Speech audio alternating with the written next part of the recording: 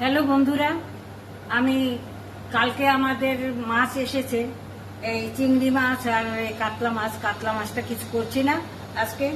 তো চিংড়ি মাছটা বানাচ্ছি। চিংড়ি মাছের মালাইকারি করছি আমি দুধ ছাড়া। আমি কিভাবে বানাই সেটাই আমি দেখাচ্ছি আর কি।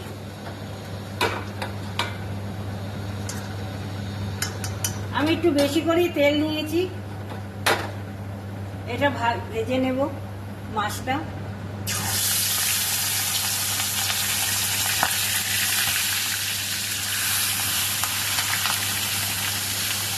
আমি কালো কড়াটাতেই করছি, কেননা কালো কড়াতে আমি করতে করতে আমার অভ্যাস হয়ে গেছে।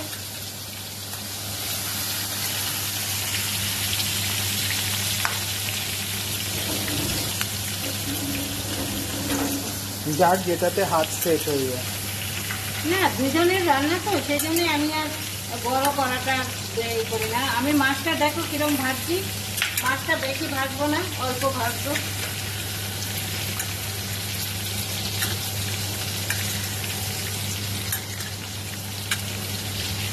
একটা কাঠি লাগিয়ে দিলে তাই আর মাছটা এরকম ছোট হয়ে যায় না।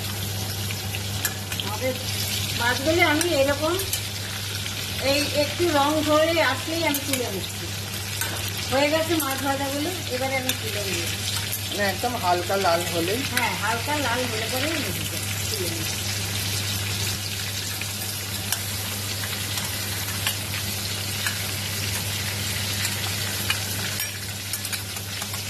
মাছগুলো দেখবো।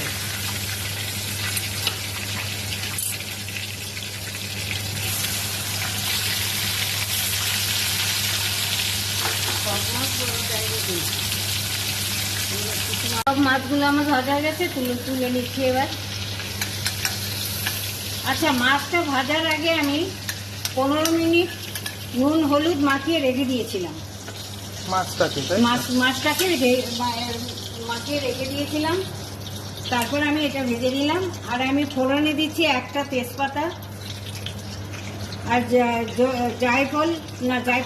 জয়িত্রী একটু, একটা দারচিনির স্টিক, এই যে, আর 4টে এলাইচি ফাটিয়ে নিয়েছি।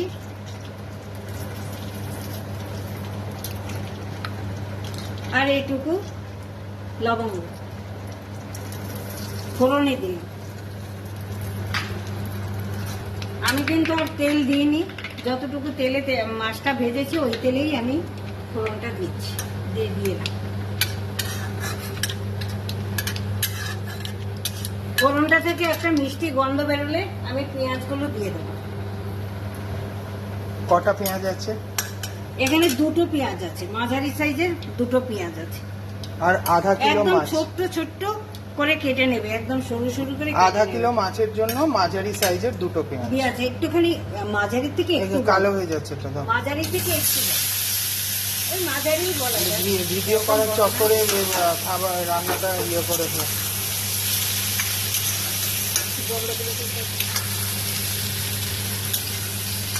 কোনটা? হ্যাঁ, ওইখানটা।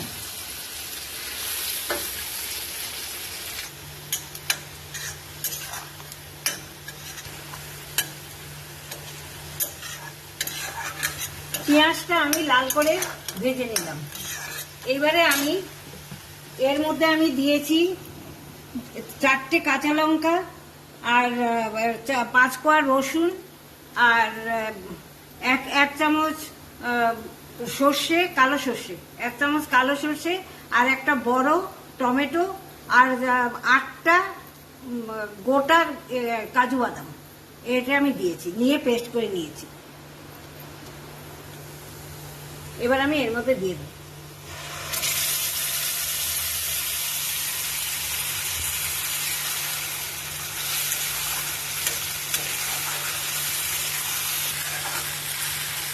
আমি যে পেস্টটা বানিয়েছি এটা আধা কিলো মাছের জন্য আর কি।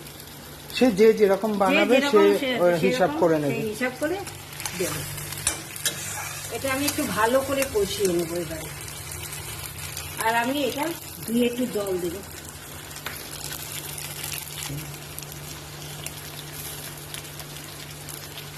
এবার এটা ভালো করে কষাবে, তাই তো? এটা আমি মাছটা এবার আমি এই মশলাটাকে ভালো করে কষাবো। এই দেবো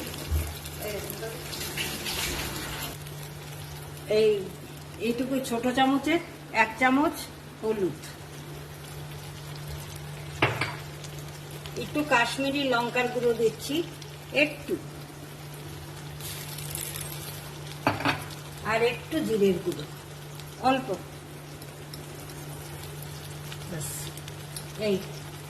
আর দেব নুন, স্বাদ মতো নুন দেখে নেবে অবশ্যই, কেননা মাছে তো আছে, মেখে রেখেছিলাম। আর দেব আমি এইটার 1 চামচ, এই চামচের 1 চামচ চিনি, কেননা এটা মালাইকারি হচ্ছে, মালাইকারিটা একটু মিষ্টি মিষ্টি, মালাইকারির মতন পুরো প্রপার না, মালাইকারির মতনই, তাইলে মিষ্টি মিষ্টি স্বাদ দাও হয়। ওটা। সেই জন্য আমি 1 চামচ চিনি দিলাম।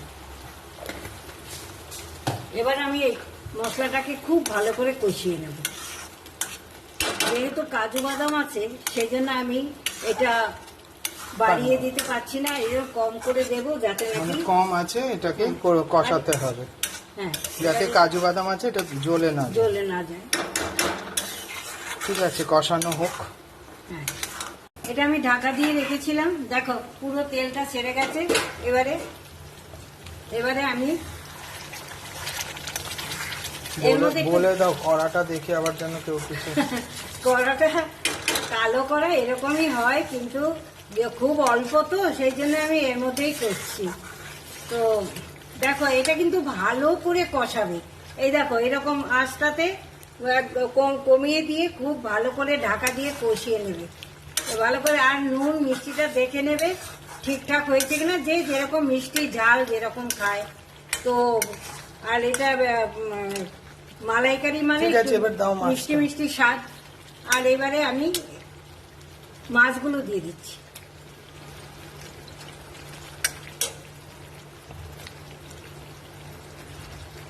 অনেক বড় ভিডিও হলে না লোকেরা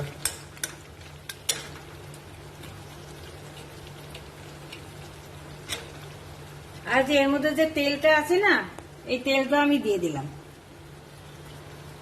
চিংড়ি মাছের তেল তো ভালোই, খারাপ না গন্ধটা।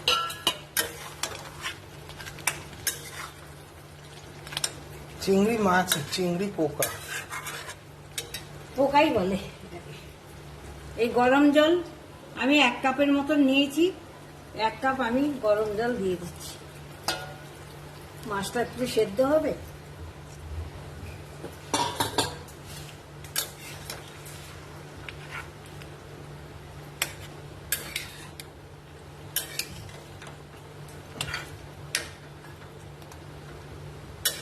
এবার আমি একটু বাড়িয়ে দেব আঁচটা। নাকি ঢাকা দিয়ে রাখবে? হ্যাঁ, এবারে আমি মাছটাকে ওই 5-7 মিনিটের মতন ঢাকা দিয়ে রাখবো। হয়ে গেছে? ঢাকাটা খুলছি। হ্যাঁ, খোলো। ঢাকাটা খুলছি, হয়ে গেছে 5-7 মিনিট। আমি গ্যাস বন্ধও করে দেব। এই যে আমি এর মধ্যে গরম মশলাও দেব না। আচ্ছা বন্ধুরা, আরেকটা কথা বলছি, যখন আমি মশলাটা তৈরি করলাম আমি কাঁচা লঙ্কা দিয়েই করেছি, যে যেরকম ঝাল খায় সেটা তোমরা দেবে। আর রসুনটা একটু বেশি করে দেবে। আমি আদার ব্যবহার করি না, আদা আমি দেই না।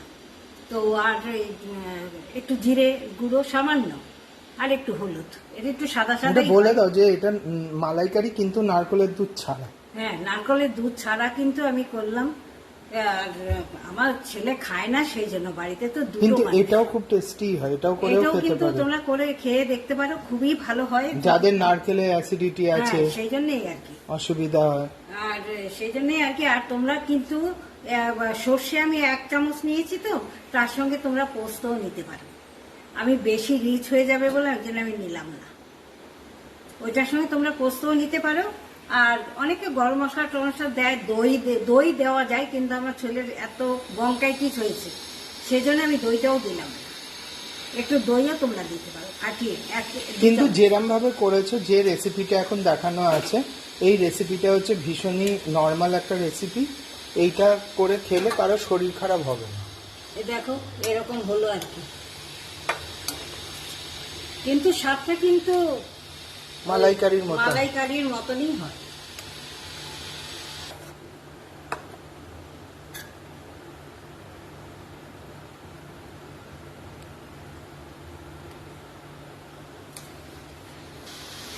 হয়ে গেছে চিংড়ি মাছের মালাইকারি।